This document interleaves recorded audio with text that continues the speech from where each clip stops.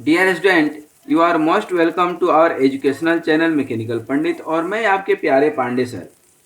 आज engineering mathematics के differential equation chapter में हम लोग पढ़ेंगे लीनियर डिफरेंशियल इक्वेशन। इसके पहले हम लोगों ने काफ़ी सारे कॉन्सेप्ट पढ़ चुके हैं। First linear differential equation of first order and first degree. थोड़ा सा हम अपने पिछले डिफरेंशियल इक्वेशन चैप्टर को थोड़ा सा याद दिलाएं।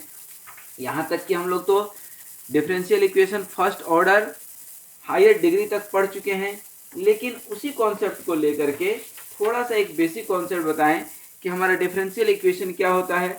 डिफरेंशियल इक्वेशन दैट मीन्स कि D Y by D X जहाँ भी इन्वॉल्व हो उसको डिफरेंशियल इक्वेशन कहते हैं। जैसे y equal to X D Y by D x है, सिंपल सा इक्वेशन है, लेकिन क्या है, ये डिफरेंशियल इक्वेशन है। या इसी में हम यदि y D square Y by D x square कर सकते हैं तो ये भी डिफरेंशियल इक्वेशन है। इसी में हम D Y by D X का होल स्क्वायर भी कर सकते हैं, तो अब ये भी डिफरेंशियल इक्वेशन है। अब इसमें ऑर्डर और डिग्री क्या होता है थोड़ा सा बता दें, उसके बाद आएंगे। देखिए, जहाँ भी डेरिवेटिव है ना, वह क्या है, ऑर्डर। जैसे ये फर्स्ट ऑर्डर है, ये सेकेंड डेरिवेटिव करेंगे तो सेकेंड ऑर्डर आ जाएगा, ये थर्ड डेरिवेटिव करेंगे तो थर्ड ऑर्डर आ जाएगा। सही है। और इसके ऊपर अभी क्या है, पावर कुछ नहीं है तो वन, तो ये डिग्री क्या हो गया, वन। मतलब फर्स्ट ऑर्डर फर्स्ट डिग्री। लेकिन यदि इसके ऊपर हम टू कर दिए तो फर्स्ट ऑर्डर तो है लेकिन सेकेंड डिग्री हो गया। ये क्या है, सेकेंड ऑर्डर फर्स्ट डिग्री। यदि इसके ऊपर हम 5 कर दिए तो सेकेंड ऑर्डर फिफ्थ डिग्री। ये क्या है, थर्ड ऑर्डर। अब इसके ऊपर पावर रख दे, मान लीजिए 4, तो थर्ड ऑर्डर फोर्थ डिग्री। तो डिग्री और ऑर्डर का कॉन्सेप्ट क्लियर रखिएगा। और आज जो हम लोग पढ़ने वाले हैं, ठीक है ना, क्योंकि फर्स्ट ऑर्डर हायर डिग्री तक तो पढ़ चुके हैं, लेकिन आज मल्टीपल डिग्री आएगा, ठीक है ना, और ऑर्डर आएगा। लास्ट हम लोग कई सारे लेक्चर में differential equation of first order का एप्लीकेशन भी हम लोग पढ़े हैं, चाहे वो हीट फ्लो में हो, इलेक्ट्रिकल फ्लो में हो, ठीक है ना, ये सब में हम लोगों ने पढ़ा है। अब लीनियर डिफरेंशियल इक्वेशन में आज जो हम ये चैप्टर शुरू कर रहे हैं, इस चैप्टर में बहुत सारे कॉन्सेप्ट हम लोग पढ़ेंगे। जैसे कि आपको जो है हम पढ़ाएंगे यहाँ पर जो है आज तो कॉन्सेप्ट बताएंगे, फिर आने वाले कुछ लेक्चर्स में आपको particular solution, complete solution, complementary function, rules for finding complementary function, inverse order, ठीक है ना, displacement solution, simultaneous linear equation with constant coefficient, ये सारी चीज़ें जो है हमारे इस टॉपिक में है। अब देखिए, सबसे पहले तो हम लोग कोई लीनियर डिफरेंशियल इक्वेशन देखें। क्या लीनियर डिफरेंशियल इक्वेशन बोल रहा है, तो इसका कॉन्सेप्ट क्या है। अब कॉन्सेप्ट अभी जैसे कि अभी हम बता रहे थे कि डिफरेंशियल इक्वेशन क्या है, ठीक है। तो कोई भी डिफरेंशियल इक्वेशन, जैसे y इक्वल टू हम लिखते हैं X D Y by D X plus 4 D square Y upon D x square plus 6 D Y by D X का होल स्क्वायर। तो ये क्या है, first order, second order, first order second degree. तो ये इक्वेशन किसका है, differential equation तो है लेकिन लीनियर नहीं है। ये क्या हो गया, इस पर डिग्री 2 हो गया, तो सेकेंड डिग्री, तो सेकेंड डिग्री नहीं आएगा। ऑर्डर भले सेकेंड हो सकता है, थर्ड हो सकता है, फिफ्थ हो सकता है, बट जो है डिग्री क्या होगा, 1। तो ये सेकेंड डिग्री इक्वेशन हो गया, लीनियर नहीं हुआ, ये क्वाड्रेटिक हो गया, ठीक है। तो हमारे सिचुएशन में डिग्री हमेशा क्या रहेगा, ध्यान रखिएगा, डिग्री क्या रहेगा, हमेशा 1 रहेगा, ठीक है। अब इस इक्वेशन को हमारा यहाँ पर यूज नहीं है यदि कहें तो, ठीक है। यूज किसका है, तो linear differential in which the dependent variable and its derivative occurs only in the first degree, ठीक है, only in the first degree। that means कि equation in first degree only, degree only। अरे बात समझ में, equation in first degree only, ठीक है। अब इक्वेशन क्या बनेगा, तो मैं यहाँ पर एक लिख रहा हूँ, आप ध्यान से समझिएगा। जैसे आपको मल्टीपल ऑर्डर आएगा, डिग्री नहीं आएगा, D N to the power N upon D x to the power N मान लीजिए, ठीक है। उसके बाद P1 ये क्या है, P1 P2 these are the function of x, ठीक है ना। P1 dn-1 y upon dx to the power n-1 plus P2 dn-2 y upon dx n-2 plus and so on जाएगा Pny इक्वल टू x, फिर P1 P2 ये सब जो है P1 P2 etc are the function of x only. Even ये x भी जो है, ये x भी function of x only, function of x only. Linear differential, ये क्या हो गया, लीनियर डिफरेंशियल इक्वेशन, एक जनरल डिफरेंशियल इक्वेशन। और linear differential with constant coefficient क्या होगा, लीनियर डिफरेंशियल इक्वेशन क्या लिखेंगे, linear differential equation with constant coefficient. इसका भी सॉल्यूशन हम लोग बाद में देखेंगे, ठीक है।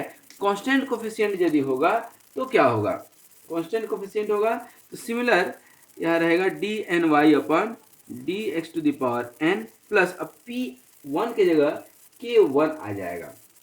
K1 के क्या कहलाएगा यहाँ पर, constant dn-1 upon dxn-1 plus K2 dn-2 y upon dxn-2 plus and so on kny equal to x। यहाँ पर जो है ये K1 K2 ये सब क्या है, कांस्टेंट है। इसका जब सॉल्यूशन निकालते हैं किसी भी का, इन दोनों में से कोई भी हो, इसका जो सॉल्यूशन होगा, ठीक ना, तो यहाँ पर सॉल्यूशन कुछ निकलता है, सॉल्यूशन ऑफ एबव इक्वेशन। अब जो एबव इक्वेशन, जो दोनों इक्वेशन है, इसके जो सॉल्यूशन निकालेंगे, बेसिकली इक्वेशन जो है इसका होता है y इक्वल टू, ध्यान रखिएगा, y equal to CF plus PI। अगले 15 से 20 लेक्चर में तो कम से कम 10 मान लीजिए, लेक्चर नंबर आज 211 से शुरू किया है हमने, लेक्चर नंबर 211 से 219 और इवन 20 तक, मैंने 10 लेक्चर तो सिर्फ लीनियर डिफरेंशियल इक्वेशन का रहेगा दोस्तों, ठीक है। तो ये complementary function plus particular solution मिला करके इसका सॉल्यूशन निकलता है, ठीक है। अब इसको हम सॉल्व करेंगे, अभी थ्योरम एक बताएंगे कि कैसे ये CF प्लस PI निकल करके आता है। उसके पहले आपको थोड़ा सा ऑपरेटर D के बारे में बताएंगे। क्या ऑपरेटर D। अब देखो दोस्तों, ऑपरेटर जो D है आपका, यहाँ पर ऑपरेटर D मतलब क्या है, D डिनोट करता है dy dx का, ठीक है। डी स्क्वायर क्या होगा, डी स्क्वायर मतलब D square upon dx square. अब यहाँ y रख दीजिए, p रख दीजिए, जो आपको जैसी मर्जी लगे, ठीक है। तो अब इस इक्वेशन को यदि हमको लिखना हो, ये अभी आपके सामने है, तो क्या हो जाएगा, dny plus k1 dn-1y plus k2 dn-2y plus and so on kny equal to x। ये आपका सॉल्यूशन निकल करके आएगा। मतलब यदि हम कहें तो f of dy equal to x, ये आपका सॉल्यूशन निकल करके आ गया, ये सॉल्यूशन निकल करके आ गया, ठीक है ना। That means the symbol d stands for the operation of differentiation and it can be treated much the same as the algebraic quantity f of d and it can be factorized by ordinary rules of algebra and the factors may be taken in any order। ये order बहुत important है। For example कोई आपको equation दिया है d square Y upon D x square plus 2dy upon D x minus 3y equal to क्या हो जाएगा। अब इसी को d के टर्म में लिखना हो, क्या हो जाएगा, D square plus 2d minus 3 और ये y क्या हो गया कॉमन, इक्वल टू, इसको क्या लिख सकते हैं आप, d प्लस 3, हम इसको ब्रेक कर रहे हैं simply, d plus 3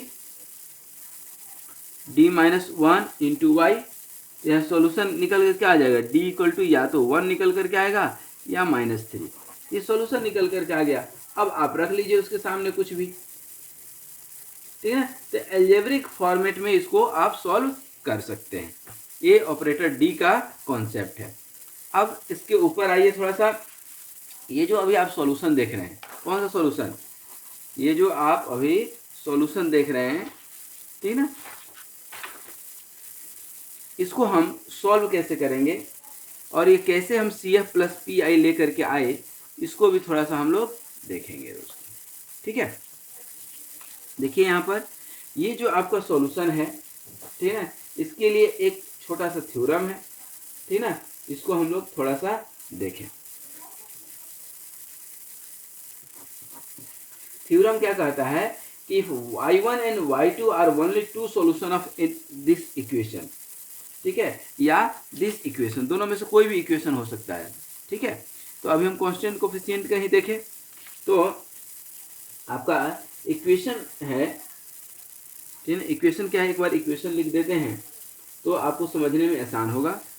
D n y upon D x to the power n plus k one d n minus one upon D x n minus one, और ये y आ जाएगा, प्लस एंड सो ऑन चलते जाएगा, और के n y equal to 0, ठीक है ना। ये कब संभव है, if y1 and y2 are the two solution. अच्छा ये क्या था, k n y equal to x था, ठीक ना।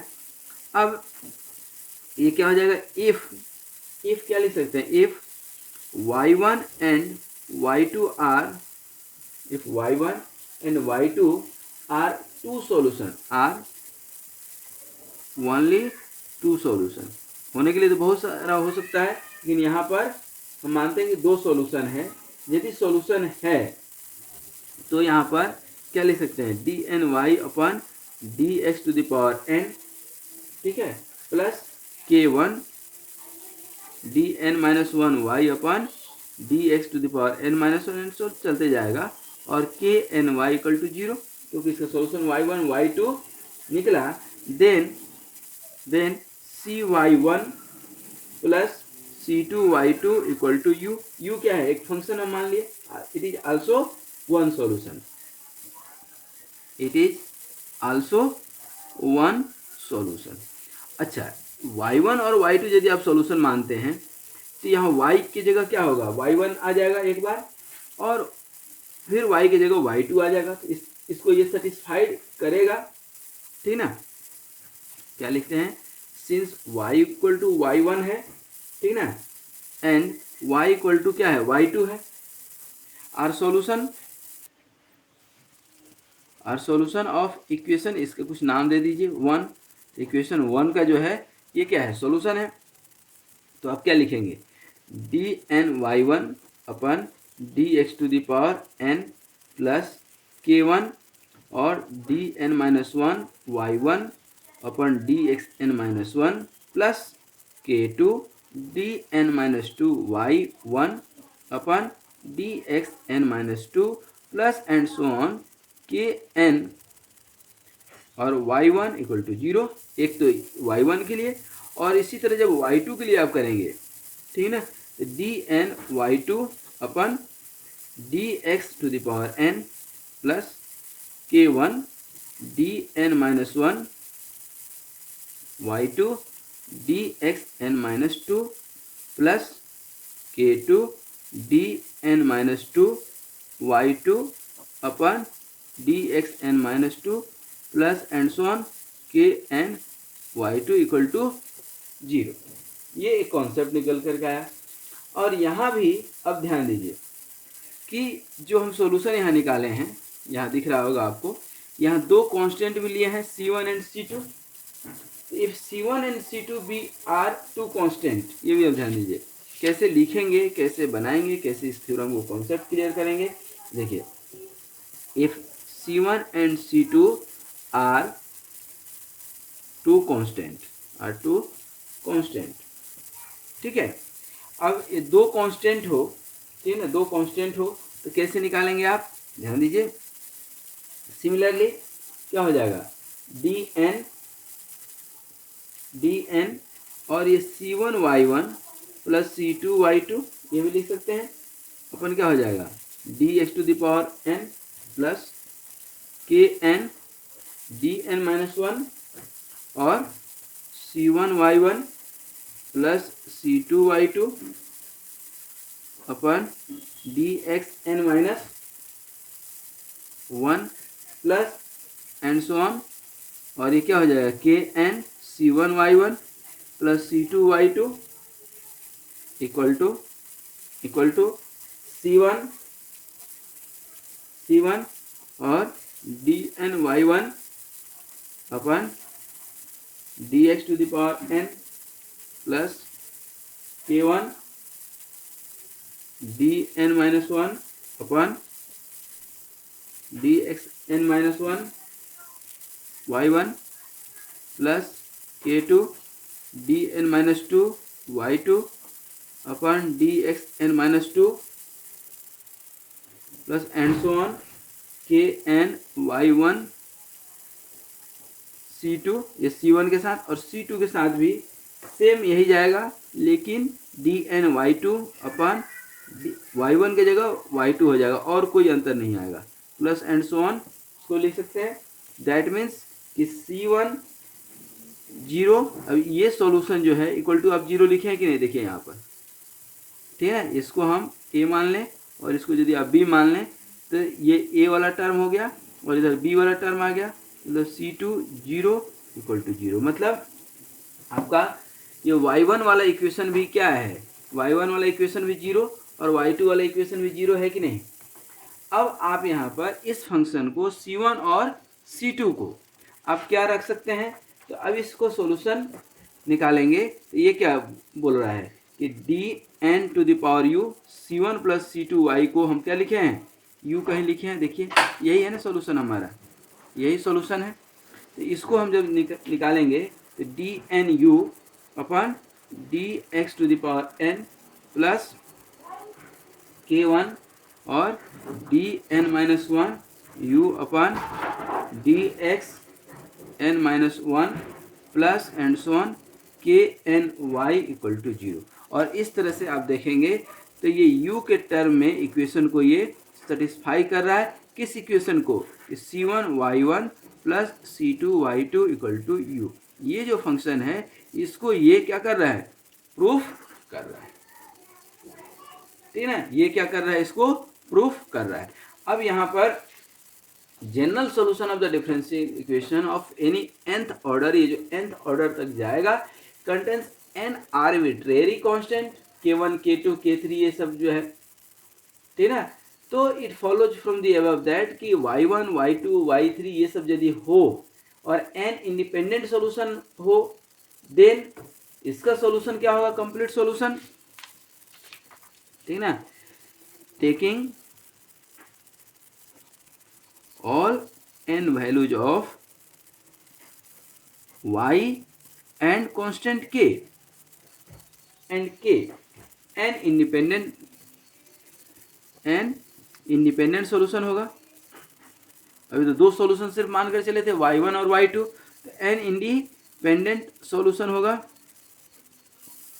और n इंडिपेंडेंट सॉल्यूशन से अब निकालेंगे तो क्या हो जाएगा, C1y1 plus C2y2 plus and so on, ठीक है ना, CnYn, ठीक है ना। और ये सब जो है अल्टीमेटली क्या होगा, u, ठीक है ना, ये क्या हो जाएगा C1y1 C2, ठीक है ना, ये क्या हो गया आपका u, और ये जो है ये क्या हो गया इसका कंप्लीट सॉल्यूशन, ये क्या हो गया कंप्लीट सॉल्यूशन। अब यहाँ पर ये तो सेकेंड पार्ट हो गया आपका। थर्ड पार्ट ये कहता है कि if y equal to v, कोई हम पर्टिकुलर सॉल्यूशन मान लेते हैं, if y equal to v, ठीक है ना, be any particular solution, any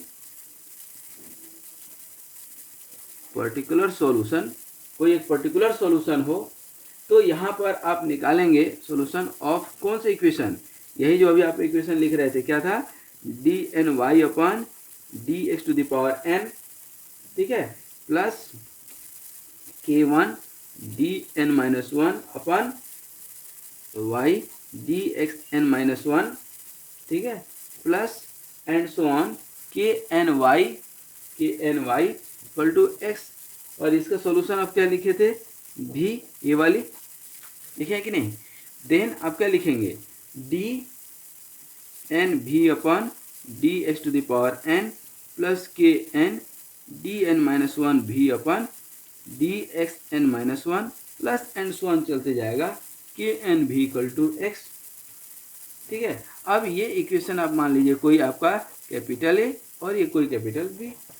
अब इक्वेशन जो है आप देखेंगे, ये एक सॉल्यूशन आपका निकला है, नहीं ये वाली जो आप निकाले थे ये वाली, ये u के टर्म में एक निकला जब आप u माने थे। लेकिन कब, जब आप दो सॉल्यूशन y1 और y2 लेकर चले थे। लेकिन जब n इंडिपेंडेंट सॉल्यूशन होगा तब ये भी तो एक सॉल्यूशन होगा। कौन सा, ये जो इक्वेशन नंबर b है। तो इसको आप मान लीजिए, इसको इक्वेशन नंबर आप मान लीजिए जो है ना स्मॉल b। तो ये स्मॉल b और ये कैपिटल B, ठीक है ना, equation small b and capital B को जब आप लेते हैं, ठीक ना, then what you get, what solution you find, ठीक ना। आप देखेंगे इसमें d to the power n u plus क्या हो जाएगा b, और क्या हो गया dx to the power n plus k1 dn-1 और u प्लस भी, और क्या हो गया dx(n-1) plus and so on kn u plus भी इक्वल टू x। इसका मतलब जो अभी हम यहाँ पर एक सॉल्यूशन लिखे थे c1 प्लस c2y वाला, ठीक है, और इसका हमने इधर कहीं निकाला भी था, एक जगह कहीं पे आपका ये निकाले थे c1 plus c2 y equal to u। तो u एक सॉल्यूशन था और उसी चीज़ को यहाँ पर हम निकाले हैं u प्लस भी के टर्म में। मतलब इसका यदि सॉल्यूशन निकालें, ठीक ना, तो y इक्वल टू क्या हो गया u प्लस भी। This is the complete solution.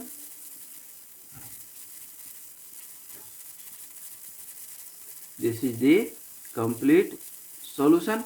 यदि कंप्लीट सॉल्यूशन ये है, इसका मतलब हो गया कि u जो है यहाँ पर, u क्या कहलाता है, ध्यान दीजिएगा, u को हम लोग कहते हैं कॉम्प्लीमेंट्री फंक्शन CF, और इसको बोलते हैं पर्टिकुलर इंटीग्रल, क्या PI, क्या बोलते हैं पर्टिकुलर इंटीग्रल। मैं लिख भी देता हूँ और इसको याद भी रखना है आपको, क्या पर्टिकुलर।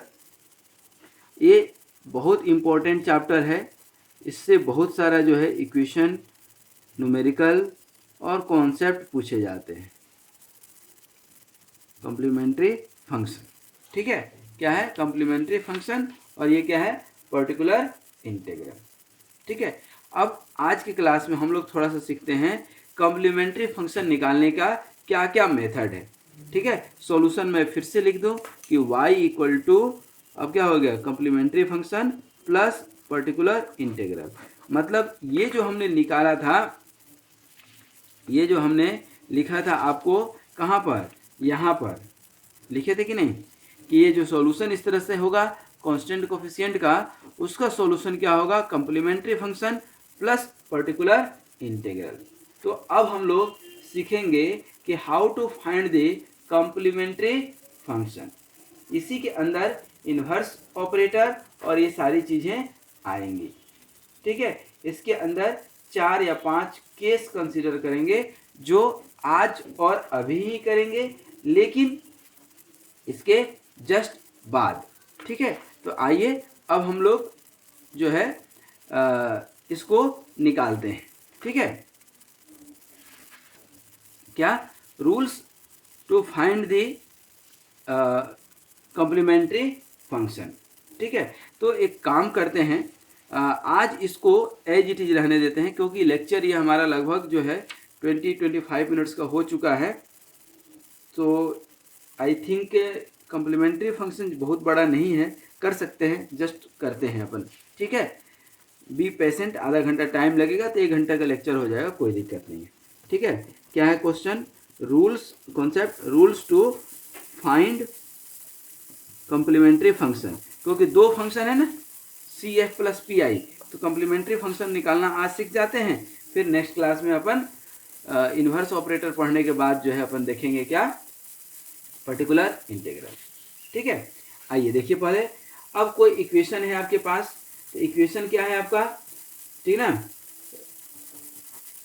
इक्वेशन कौन सा है कि डी एन वाई अपन क्या हो गया, d x to the power n plus k one d n minus one y upon D x n minus one plus k two d n minus two y upon D x n minus two plus and so on k n y equal to 0, ये है।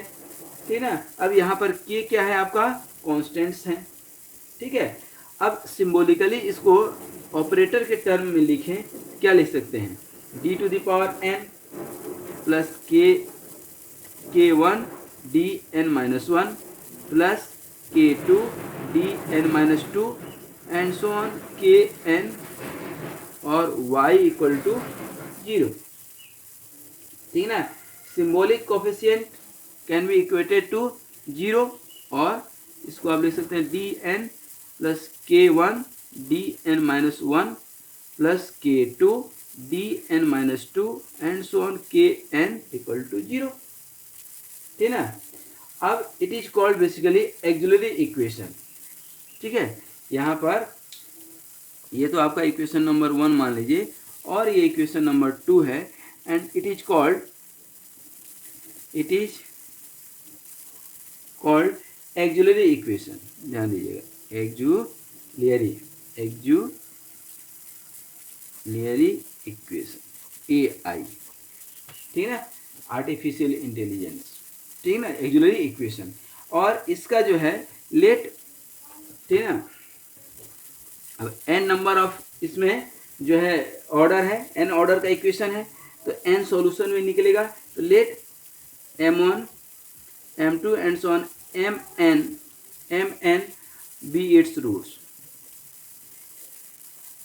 Roots मतलब values, equation. ठीक है, अब इसको हम निकालेंगे। ठीक है, तो पहला केस क्या है, अब हम केस 1 बाई 1 कंसिडर करते हैं, और इस पर एक न्यूमेरिकल भी कर लेंगे, तब हम लोग जाएंगे। ठीक है, इसमें 4 केस है, चारों केस देखेंगे। ठीक ना, पहला केस ये कहता है, if all roots be real and different, if all roots be real and different, जो भी रूट्स हैं आपके, ठीक ना, वो रियल हो और डिफरेंट हो, then this equation can be written as, जो आपका ये इक्वेशन है वो हम क्या लिख सकते हैं, क्या लिखेंगे आप, d minus m1 d minus m2 and so on d minus mn into y equal to 0। ठीक है, ये इक्वेशन आप मान लीजिए क्या, 3। ठीक है, तो ये यदि इक्वेशन सेटिस्फाइड है, दैट मीन्स कि d minus mn y equal to 0 लिख सकते हैं। मतलब क्या कि dy by dx minus mny equal to 0। ठीक ना, और ये यदि आपको याद हो तो ये जो इक्वेशन है आपका, ये जो इक्वेशन है, ये कौन सा इक्वेशन हो गया, लेबनिज लीनियर इक्वेशन। ठीक ना, ये क्या हो गया आपका, Lebanese linear equation, sorry Lebanese linear equation. ठीक है, और लेबनिज लीनियर इक्वेशन के लिए सॉल्यूशन क्या निकालते थे, इसमें आपको याद हो तो एक इंटीग्रेटिंग फैक्टर लेते थे। ठीक है, क्या लेते थे, इंटीग्रेटिंग फैक्टर। ये आई थिंक किस लेक्चर में पढ़ाए हैं, लेबनिज थ्योरम एक पढ़ाए ही हैं अलग से, आप देखिएगा इसी प्लेलिस्ट में, मैथमेटिक्स के प्लेलिस्ट में आपको कहीं मिल जाएगा, इसके डिस्क्रिप्शन बॉक्स में लेबनिज थ्योरम भी हम डाल देंगे। तो इंटीग्रेटिंग फैक्टर, आई एफ लिखते थे और ये क्या लेते थे, e to the power minus m n into x. अब इसको हम यहाँ रख देंगे, इट्स सॉल्यूशन क्या हो जाएगा, अब इट्स सॉल्यूशन, इसका सॉल्यूशन क्या हो जाएगा अब आपका, y e to the power minus m n x equal to c n, इसका ये सॉल्यूशन हो गया। दैट मीन्स कि y इक्वल टू हम निकालेंगे c n into e to the power m n x, ये हो गया। अब ये किसके लिए था, एक के लिए था, ये जो है किसके लिए है, एक के लिए है।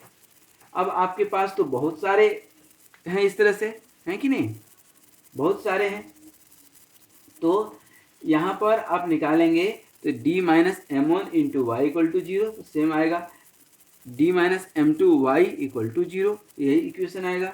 मतलब यहाँ पर m1 m2 m3 इस तरह से ये डिफ्रेंशिएट होते जाएगा, और डिफ्रेंशिएट होते जाएगा तो सबके लिए सॉल्यूशन निकल जाएगा। क्या निकलेगा, अब y1 निकालेंगे आप, ठीक है ना, सॉरी y इक्वल टू निकालेंगे y1 के लिए, फर्स्ट जब लेंगे ये m1 लेंगे तो y इक्वल टू क्या होगा यहाँ पर c1 e to the power minus m1 x, y equal to फिर से आएगा सेकेंड जब लेंगे तो c2 e to the power m2 x and so on, ये चलते जाएगा। ठीक है, तो कंप्लीट सॉल्यूशन क्या होगा 10,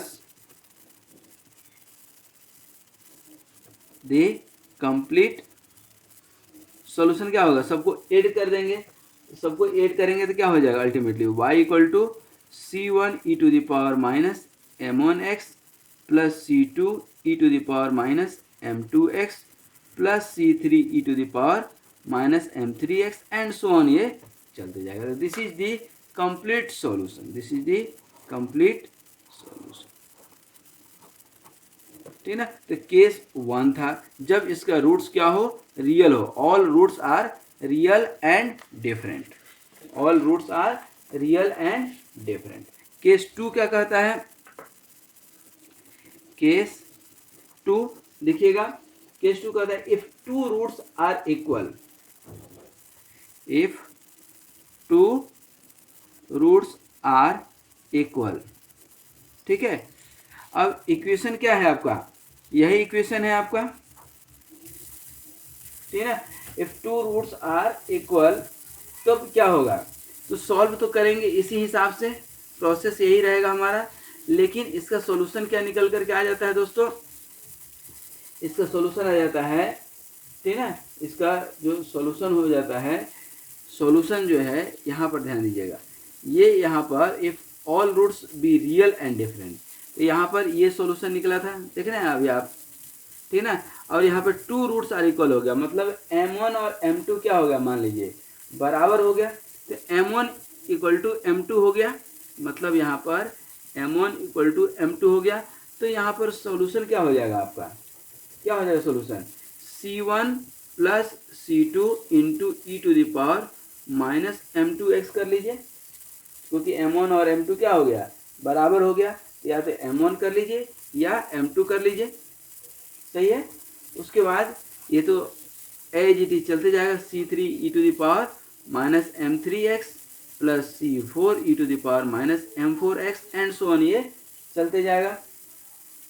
अब यहाँ पर ये जो c1 और c2 कोई आर्बिट्रेरी कांस्टेंट हो तो इसको सिंगल लाइन में लिख सकते हैं, ठीक है ना। y इक्वल टू क्या हो जाएगा, c into e to the power minus m2x plus c3 e to the power minus m3x and so on, मतलब यहाँ पर c1 plus c2 equal to क्या रख दिए हैं, c रख दिया है, ठीक है ना, सही है। अब it has basically only n minus 1, मतलब टोटल पहले क्या था, n कांस्टेंट था, अब 1 गायब हो गया तो n माइनस 1 बचा है, ठीक है। तो मतलब क्या हो गया, it has only n minus 1 arbitrary constant, है कि नहीं, n minus 1 arbitrary constant and therefore ठीक है ना, it is not the complete solution, ठीक है ना। तो यहाँ पर the part of complete solution corresponding to repeated roots is the complete solution. That means कि यहाँ पर d माइनस m1 और इधर भी d minus m1 into y equal to 0 होगा, भले ही m1 और m2 क्या है, बराबर है।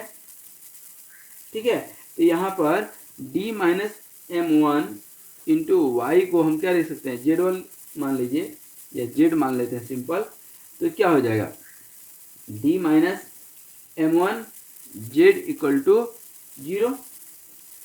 दैट मीन्स कि d z by D x है ना, और minus m1 z equal to 0, ये आपका एक सॉल्यूशन बना। And this is again Lebanese equation, ये क्या हो गया again, that is the Lebanese equation. Again ये क्या हो गया, लेबनिज थ्योरम हो गया। क्या हो गया, लेबनिज लीनियर थ्योरम। और इसके लिए अभी बताए थे कि क्या लेते हैं, इंटीग्रेटिंग फैक्टर। क्या लेंगे, इंटीग्रेटिंग फैक्टर। तो इंटीग्रेटिंग फैक्टर इसका क्या हो गया, आई एफ। इंटीग्रेटिंग फैक्टर क्या होगा, e to the power minus m1x, e to the power minus m1x। तो माइनस m1x और इसका सॉल्यूशन आप निकालेंगे किसका, इसका, ये वाला फॉर्मेट इसमें रखेंगे और इसको सॉल्व करेंगे लेबनिज थ्योरम से। तो क्या हो जाएगा, z e to the power minus m1x, ठीक है, इक्वल टू क्या c1, या यही z इक्वल टू क्या हो जाएगा c1 e to the power minus plus हो जाएगा m1x, ये ऊपर चले जाएगा। ठीक है, दैट मीन्स कि यहाँ पर क्या हो जाएगा, d minus m1 y equal to z equal to क्या हो जाएगा c1 e to the power m1x। ठीक है, और इसी को आप क्या लिख सकते हैं, dy by D x minus m1y minus m1y equal to c1 e to the power m1x। और ये आपका एक हो गया सॉल्यूशन, हो गया कि नहीं। अब ये तो इंटीग्रेटिंग फैक्टर, अब इसका सॉल्यूशन निकालना हो, ठीक है ना। इट्स इंटीग्रेटिंग फैक्टर जो है, मान लीजिए कि क्या है, let it's integrating factor is again, integrating factor जो है आपका e to the power minus m1x जो हम माने थे वही है। तब क्या करेंगे, दोनों तरफ इसको जो है इंटीग्रेट कर देंगे, ठीक है ना। इंटीग्रेट कैसे करेंगे, तो y into e to the power minus m1x होगा लेफ्ट हैंड साइड में, और राइट साइड में क्या निकाले थे, c1 e to the power m1x dx और प्लस क्या c2, यही होगा ना c2। और इसको अब क्या करेंगे, इंटीग्रेट। दैट मीन्स कि y जो है आपका y e to the power minus m1x का क्या निकलेगा c1 और x e to the power m1x dx की जगह पर हम क्या कर दिए, इसको इधर लेंगे तो c1x, ठीक है ना, c1x प्लस c2, या इसी को हम y इक्वल टू लिखेंगे तो क्या हो जाएगा, इसको इधर लेकर के जाएंगे तो c1x plus c2 into e to the power plus में आ जाएगा m1x। सही है, y equal to c1x plus c2 e to the power m1x, मतलब कंप्लीट सॉल्यूशन निकालेंगे। Now the complete solution, now the complete solution, ठीक है, क्या हो जाएगा, y equal to c1x plus c2 और e to the power m1x plus c3 e to the power m3x plus c4 e to the power m4x and so on, ये चलते जाएगा। अब यहाँ पर ये कंप्लीट सॉल्यूशन हुआ। ये कब कंप्लीट सॉल्यूशन हुआ, when two roots are equal, m1 equal to m2 है, ठीक है। However auxiliary equation has 3 equal roots. यदि आपको ये जो ऑक्सिलरी इक्वेशन हम लिखे थे यहाँ पर, ठीक है ना, ये जो आप इक्वेशन लिखे थे यहाँ पर अभी तो m1 m2 मान लिए थे equal 2 roots equal 3 roots equal हो तो ठीक है ना, इफ 3 रूट्स आर इक्वल। अब इसी को समझ जाइएगा, इफ 3, अब इतना हर बार आप थोड़े बनाएंगे, ये तो आपका एक सॉल्यूशन निकाल के हमने बता दिया। If 3 roots are equal, if 3 roots are equal हो तो कैसे लिखेंगे इसके सॉल्यूशन को, ठीक है, ध्यान दीजिएगा। तब क्या लिखेंगे हम, y इक्वल टू क्या हो जाएगा, y equal to c1x² plus c2x plus c3। अरे बात समझ में, e to the power m1x plus अब c4 e to the power m4x and so on, जैसे आप करते आ रहे हैं, ठीक है ना। ये उसका सॉल्यूशन हो जाएगा। अरे बात समझ में। तो अभी हम लोगों ने दो केस देख लिए। इफ ऑल रूट्स, जो ये इक्वेशन है आपका, ठीक है, if all roots are real and different, if 2 roots are equal. अब थर्ड कंडीशन हम लोग देखेंगे, क्या, केस 3, ठीक है, केस 3। ये क्या है, if one pair of roots be imaginary, if one pair of roots, if one pair of roots be,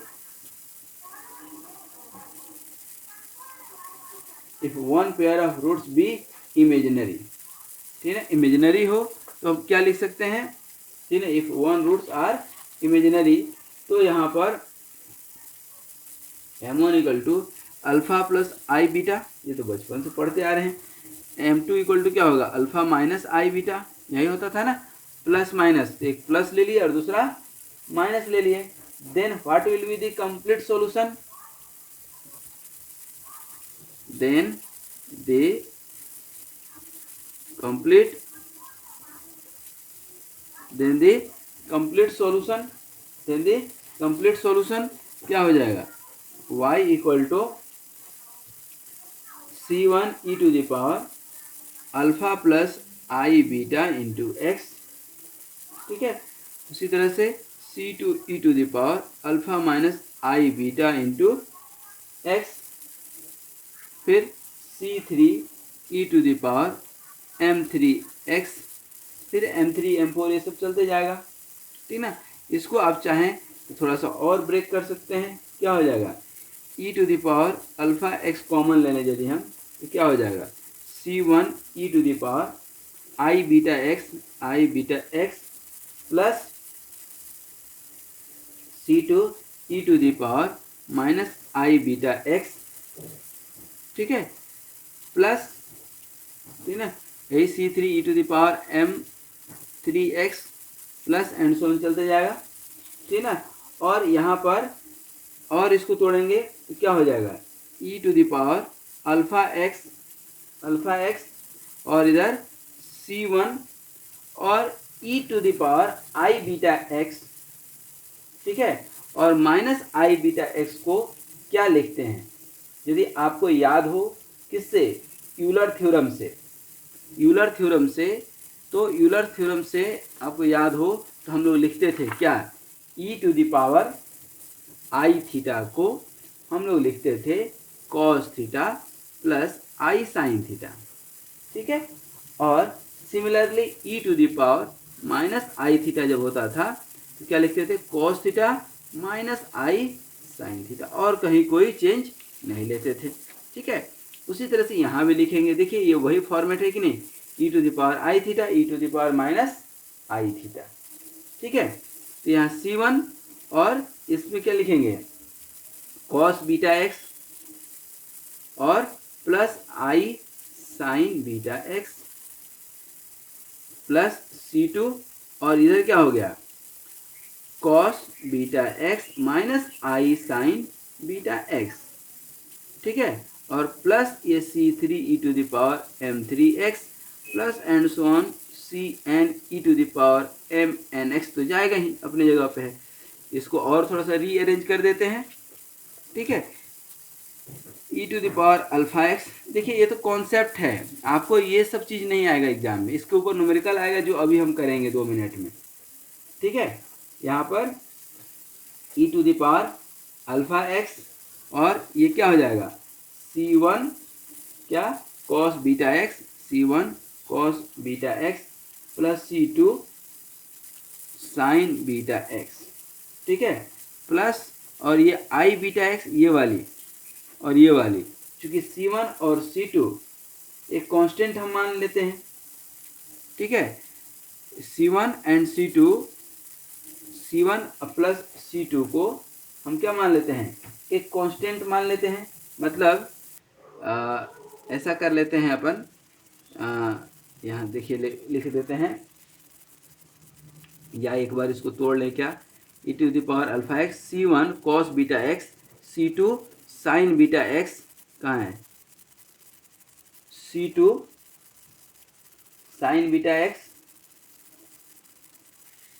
C2 sine beta x नहीं, C2 आई साइन बीटा एक्स होगा ना, C2 सॉरी यहाँ पे कॉस बीटा एक्स होगा, ठीक है।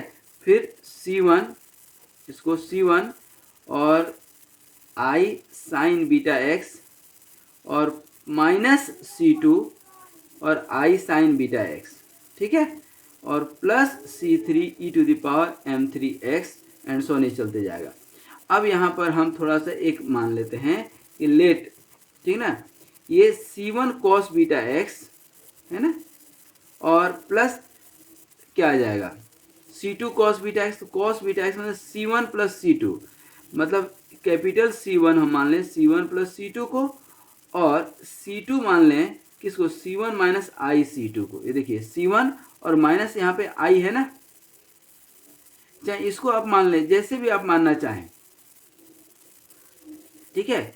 C1 plus ये cos beta है ना, ये कॉस बीटा, ये तो आई वाला जाएगा, ठीक है।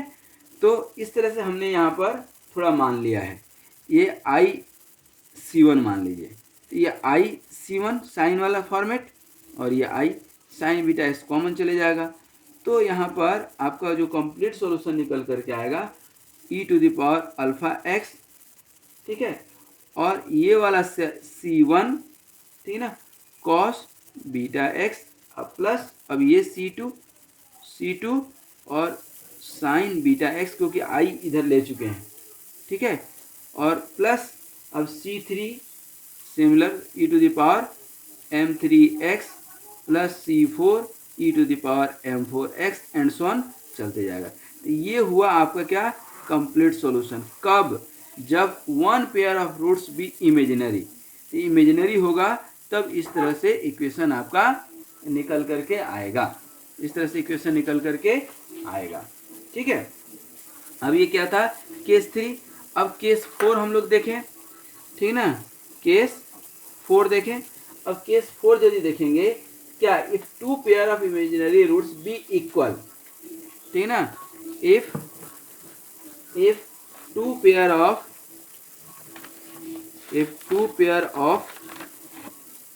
imaginary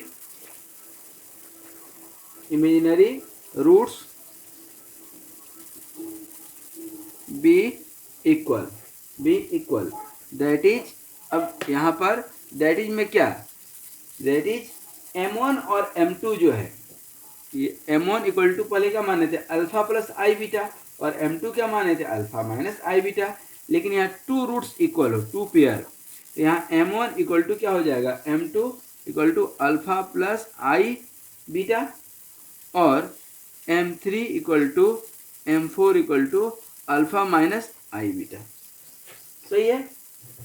देन सिमिलर जो केस 2 निकाले थे, केस 2 कहाँ पे है, देखिए यहाँ पर है, और यहाँ पे क्या है, two roots are equal, similar कुछ इसी से मिलता जुलता है, ये भी है, आप देखिए यहाँ पर ये भी इसी से मिलता जुलता है, आप यदि देखें ध्यान से तो इसका जो है सॉल्यूशन निकालेंगे, किसका, इस इक्वेशन का, ये दिख रहा है सामने, ठीक है ना। इसका जब आप सॉल्यूशन निकालेंगे, जो अभी तक हम निकाले हैं केस 2 से, केस 3 से, ये है ना केस 2 से, ठीक है, तो इससे जो आप सॉल्यूशन निकाले हैं सिमिलर उसी से ये जाएगा y equal to e to the power alpha x, अभी हम निकाले भी हैं, और C1 x plus C2 cos beta x cos beta x और plus C3x plus C4 sine beta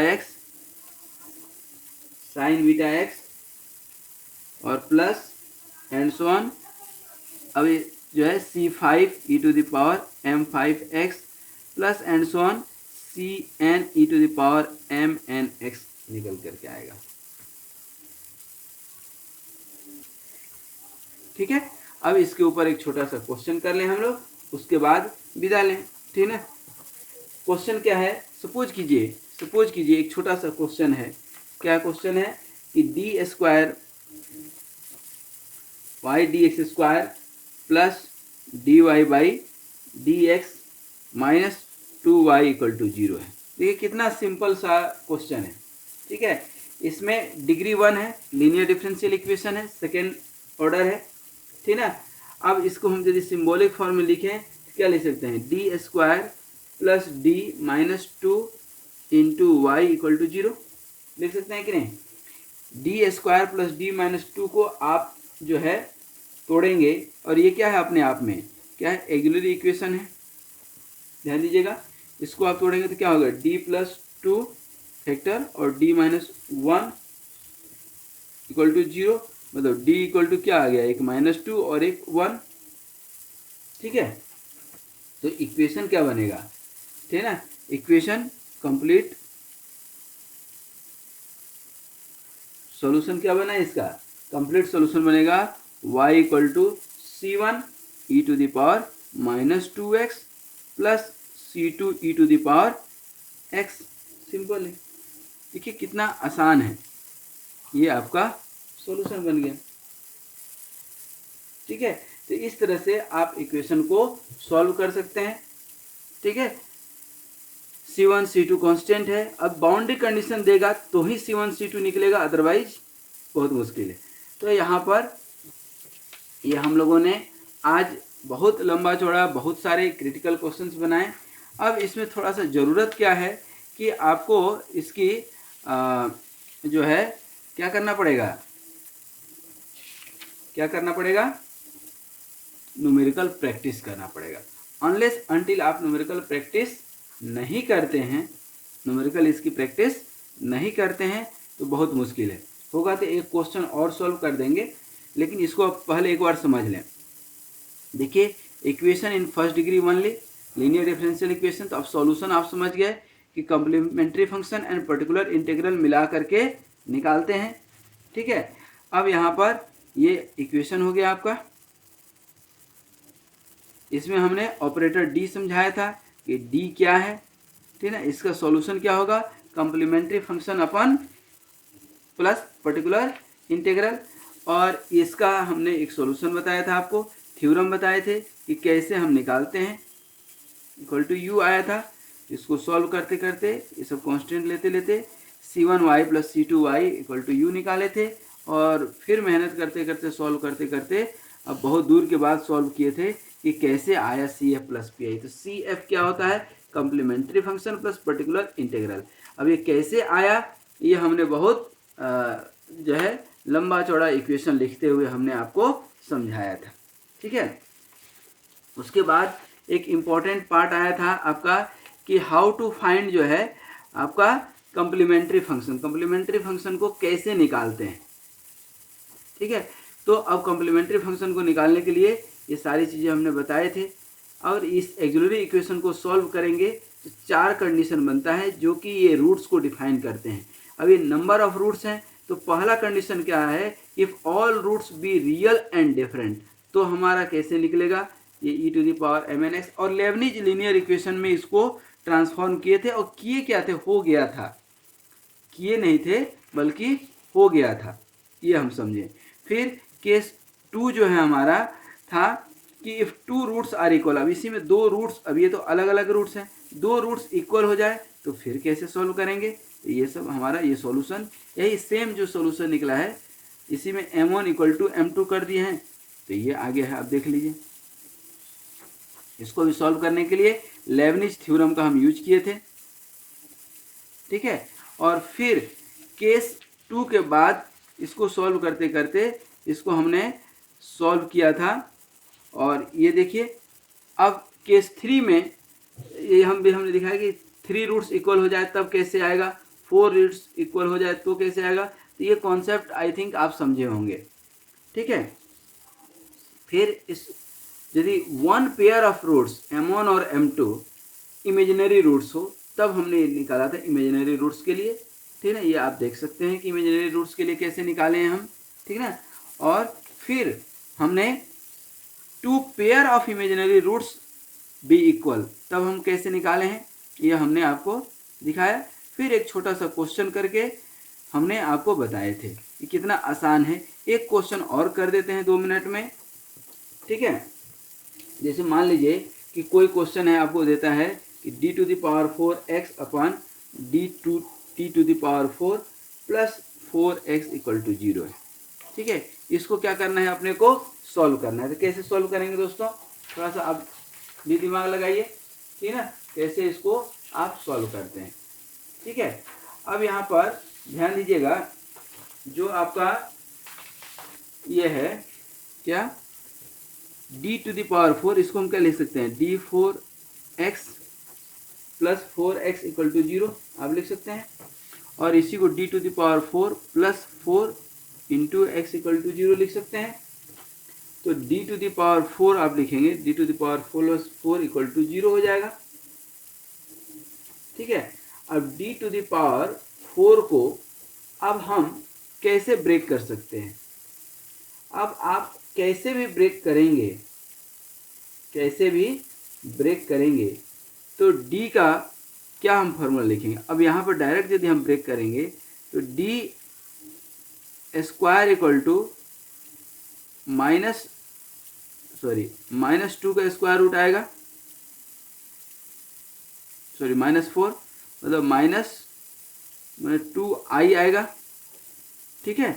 और फिर इसके ऊपर स्क्वायर रूट आएगा। तो इसको तोड़ने का एक दूसरा तरीका ये हो सकता है हमारे पास कि देखिए, तो d टू द पावर 4 रहने दिए प्लस 4d स्क्वायर, अब प्लस 4 कर लिए और इधर -4d स्क्वायर। देखिए इस ये कैंसिल हो जाएगा, बात वहीं का वहीं बचा। और इसको जब हम ब्रेक करते हैं तो अभी इसको क्या लिख सकते हैं, क्या है, डी स्क्वायर प्लस 2 का होल स्क्वायर माइनस 2d का होल स्क्वायर इक्वल टू 0, सही है। इसको अब ब्रेक करेंगे तो क्या हो जाएगा, D square plus 2d minus 2d, ये और ये d square plus 2 plus 2d equal to 0। ये कौन सा है, a square minus a square x square, a minus x और ए प्लस एक्स फैक्टर में तोड़ दिए। इसको आप तोड़ोगे, ठीक है ना, क्या यहाँ 2 इक्वेशन बनेगा कि नहीं, d square minus 2d plus 2 equal to 0 होगा। और इधर वाला क्या होगा, d square plus 2d plus 2 equal to 0, ठीक ना। इसका डिटर्मिनेंट आप तोड़ेंगे तो क्या होगा, माइनस बी, ठीक है ना, माइनस माइनस ये क्या हो जाएगा, plus minus b square minus 4ac upon 2। और यहाँ पर क्या होगा, d equal to minus b plus minus again b square minus 4ac upon 2a, ठीक है। यहाँ पर आप तोड़ेंगे तो क्या होगा, -1 प्लस माइनस i, ये 2 और 2 से सब कैंसिल होगा।